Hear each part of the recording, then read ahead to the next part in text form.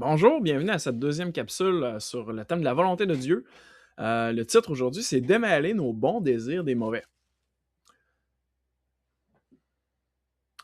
Est-ce que je dois rechercher la volonté de Dieu pour absolument tout et tout dans ma vie? Pour chaque petite décision du quotidien. Parfois, la volonté de Dieu s'est présentée comme un concept tellement lourd que certains vont finir par se déconnecter un petit peu de leur propre cœur. Et des fois, ça peut être tellement extrême que ça peut produire comme une sorte d'immaturité spirituelle, puis même quasiment une perte d'identité. Hem, alors ce que je veux parler aujourd'hui, c'est, l'équilibre, biblique. Et pour rester biblique, ben, la volonté de Dieu doit être, comprise à travers, le prisme de la création et de la chute. Alors dans mon premier point, je veux dire que, heu, nous avons des bons désirs par la vertu, de la création à l'image de Dieu. Vous avez médité, dans Genèse 1 entre les versets 26 à 28, et l'idée principale, ben, c'est que Dieu a créé, l'humain à son image. Il a créé l'homme et la femme à son image. Donc ça veut dire que l'être humain possède des bons désirs parce qu'on est créé à l'image de Dieu. La Genèse nous montre que cette empreinte divine dans notre cœur va nous conduire à avoir des désirs profonds, des aspirations profondes qui sont bons et bonnes.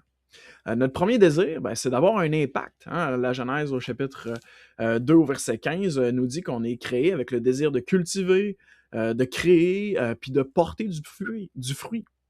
Un deuxième bon désir, ben, c'est celui d'intimité. Hein. On a besoin de connexion authentique, on a besoin de vulnérabilité. Hein. Tu vas voir ça dans le texte au verset 18 et 25 du chapitre 2. Un troisième bon désir, c'est celui de l'harmonie et de l'intégrité. Hein. On a dans notre cœur une soif de paix et de justice. Hein. Tu vois ça au chapitre 1, verset 31 et au chapitre 2, les versets 16 à 17. Alors, si je résume, être créé à l'image de Dieu, ben, ça signifie que nos désirs intérieurs peuvent être bons. Et j'honore Dieu quand je déploie ce qu'il m'a donné pour le bien. Dieu brille en moi quand je fais le bien et j'utilise ce qu'il m'a donné pour l'imager. Hein. C'est le concept de l'image de Dieu. Donc, on a parlé qu'on avait des bons désirs par la vertu de l'image de Dieu, mais aussi, deuxièmement, on a des désirs qui sont corrompus parce que chaque être humain est pécheur. Donc, on a des désirs corrompus par la chute. Hein, on porte en nous aussi ce que la Bible appelle des convoitises parce qu'on subit tous les effets de la chute quand Adam et Ève ont choisi de désobéir à Dieu et de manger de l'arbre de la connaissance du bien et du mal. Alors, c'est développé au chapitre 3, entre les versets 6 à 8.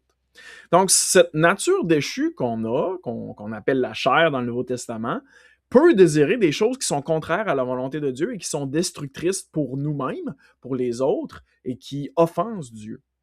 Donc, le défi est là. Hein. Comment démêler nos bons désirs qui viennent de notre création à l'image de Dieu des mauvais désirs qui viennent de la chute?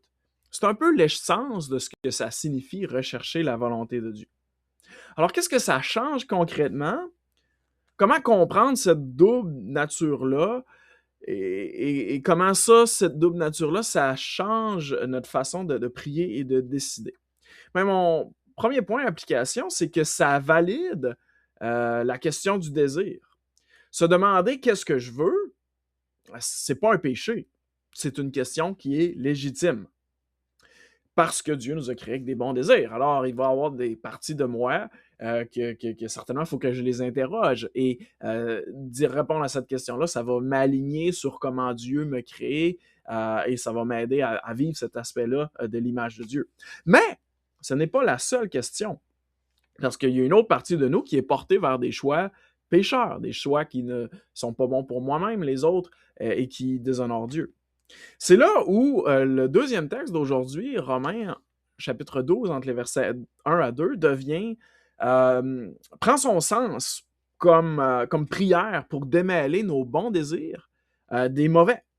L'apôtre Paul va dire, je vous exhorte donc, frères, par les compassions de Dieu, à offrir vos corps comme un sacrifice vivant, saint, agréable à Dieu. ce qui sera de votre part un culte raisonnable.